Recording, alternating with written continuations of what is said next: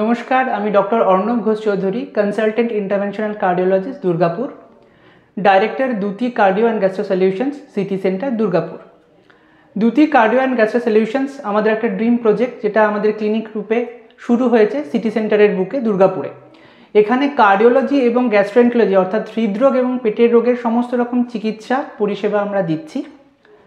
Cardiologist হিসেবে আমি রয়েছি ডক্টর অর্ণব ঘোষ চৌধুরী, এবং এখানে কার্ডিওলজি কনসালটেশন ছাড়াও ইসিজি, ইকোকার্ডিওগ্রাফি, সমস্ত রকম ব্লাড ইনভেস্টিগেশন করা হচ্ছে।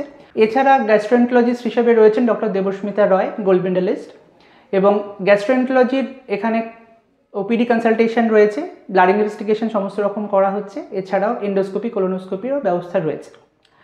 তো আজকে আমরা আলোচনা করব risk factors of heart attack নিয়ে, অর্থাৎ কী কী রিস্ক ফ্যাক্টর থাকলে মানুষের হার্ট অ্যাটাক হতে পারে, এবং তার মধ্যে কোন কোন রিস্ক ফ্যাক্টর আমরা কন্ট্রোল করলে হার্ট অ্যাটাকের বিপদ থেকে আমরা বাঁচতে পারি। হার্ট অ্যাটাকের রিস্ক ফ্যাক্টরের মধ্যে রয়েছে বয়স, এজ ইটসেলফ একটা রিস্ক ফ্যাক্টর, ডায়াবেটিস, হাইপারটেনশন অর্থাৎ উচ্চ রক্তচাপ, কোলেস্টেরল লেভেল বেড়ে যাওয়া বা ডিসলিপিডিমিয়া।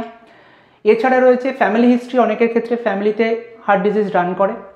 মোস্ট ইম্পর্টেন্ট রয়েছে টোবাকো ইউসেজ বা তামাক জাতীয় পদার্থ ব্যবহার করা বা অন্যান্য নেশাদ্রব্য ব্যবহার করা। এইগুলোই হচ্ছে মেনলি হার্ট অ্যাটাকের রিস্ক ফ্যাক্টরস। তো এর মধ্যে মডিফাইবল রিস্ক ফ্যাক্টরস, যেগুলো আমরা মডিফাই করতে পারি, সেগুলোর মধ্যে সবচেয়ে ইম্পর্টেন্ট আমাদের দেশে হচ্ছে তামাকের ব্যবহার। সেটা যে কোনো ফর্মে হতে পারে, সেটা গুটকা খৈনি হতে পারে, সেটা স্মোকিং হিসেবে, বিড়ি সিগারেট হিসেবে আসতে পারে। এবং আমাদের দেশে most common cause of heart attack, বিশেষ করে ইয়াঙ্গার পপুলেশনে, হচ্ছে তামাক ব্যবহার করা।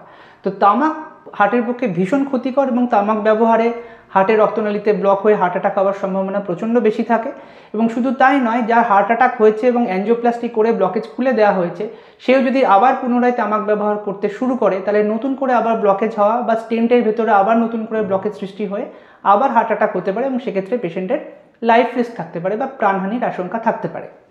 তো সেই জন্য রিস্ক ফ্যাক্টর মডিফিকেশনে সবার আগে বলবো যে তামাক জাতীয় পদার্থ পুরোপুরি বর্জন করতে হবে। বাকি রইল ডায়াবেটিস, সুগারের বৃদ্ধির জন্য হার্টের কোলেস্টেরলের পরিমাণ, কোলেস্টেরল ডিপোজিট হয়ে ব্লকেজ হতে পারে। যেন কারো যদি ডায়াবেটিস থাকে, অবশ্যই সুগার ভালোভাবে কন্ট্রোলে রাখতে হবে। উচ্চ রক্তচাপ বা ব্লাড প্রেশার, এটাও যদি অতিরিক্ত মাত্রায় চলে আসে, সেক্ষেত্রে হার্টের সমস্যা হতে পারে। সুতরাং ব্লাড প্রেশার যাদের আছে, তাদের নিয়মিত ওষুধ খাওয়া এবং নুনের পরিমাণ কম খাওয়া এবং অন্যান্য লাইফস্টাইল মডিফিকেশন করে ব্লাড প্রেশার কন্ট্রোলে রাখতে হবে। কোলেস্টেরল লেভেল মাঝে মধ্যেই চেক করা উচিত। অ্যাটলিস্ট যাদের হার্টের প্রবলেম রয়েছে, তাদের তো অ্যাটলিস্ট 1 থেকে 3 মাস পর পর টোটাল কোলেস্টেরল লেভেল দেখা এবং লিপিড প্রোফাইল করা, যাতে এলডিএল বা ব্যাড কোলেস্টেরলটা কন্ট্রোলে থাকে, এইগুলো ম্যানেজ করা।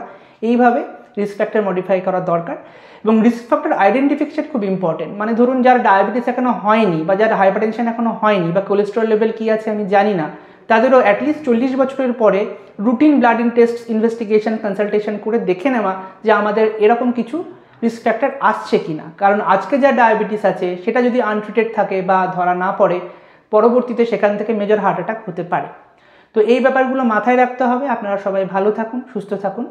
নমস্কার।